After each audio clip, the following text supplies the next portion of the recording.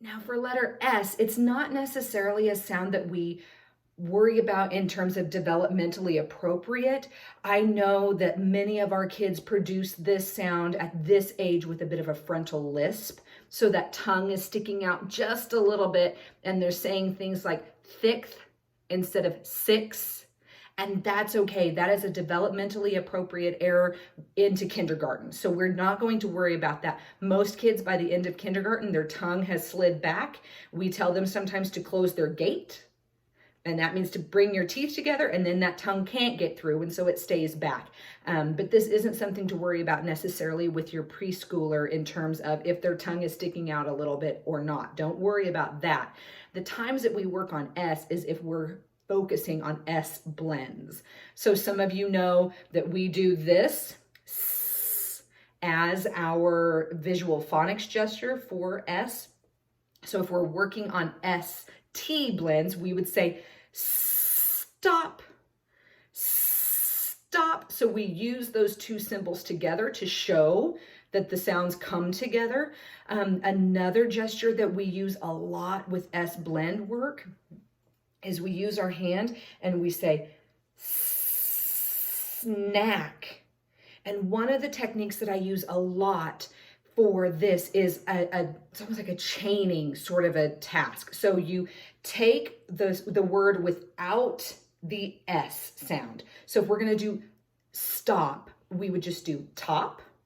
And I would have the child have their hand out and tap their hand as well. Top, top, top. And we would practice that. We would prime the pump is what we call it. We get that pump going. We get the articulators ready for that kind of routine of where they're going to move. So we do top, top, top, stop, stop. And if they've lost it and they're doing sop, sop, then we stop again and we do top, top, top, top, top. And that little break kind of lets them get ready for it. And then we can go back to smooth. Stop, stop. So that's one of the ways that I really find success with getting those S blends to go is sometimes when we're practicing, we leave that S off at first and we just practice the rest of the word and then we add the S blend. Now, many of your preschoolers are to the point where they can do this at the word level. They are stop, stop, stop all day long, but then they go to use it some other time during the day and it's back to top or it's back to sop.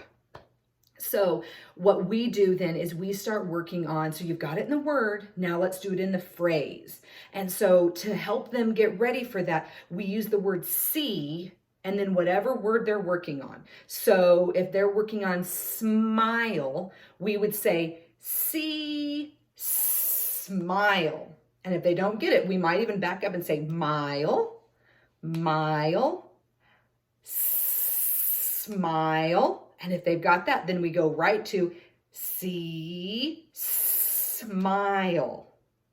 And so that's starting with an S word before the S blend helps kind of prime the pump and get that ready. After they've mastered the see snack and see smile and see slide, all of those types of things, then we switch it to big. And so we do a great big gesture. I find a lot of times with these preschoolers, making big motions with it helps to just engage more of the brain and it helps to make new pathways even faster. Plus, it's fun and silly and it gets a good reaction from them. So we might do big smile, big smile, and then move on to big snack, big snack. The phrase doesn't necessarily have to make sense. It's just working on co-articulation. It's just working on making those speech sounds in lots of different ways, in lots of different situations. All right, so that's the focus. So I'm hoping that you will find those tactics very helpful when it comes to producing some S blends with your kids, because K and G are toughies, and then S blends. Those are another one of our big heavy hitters for articulation errors.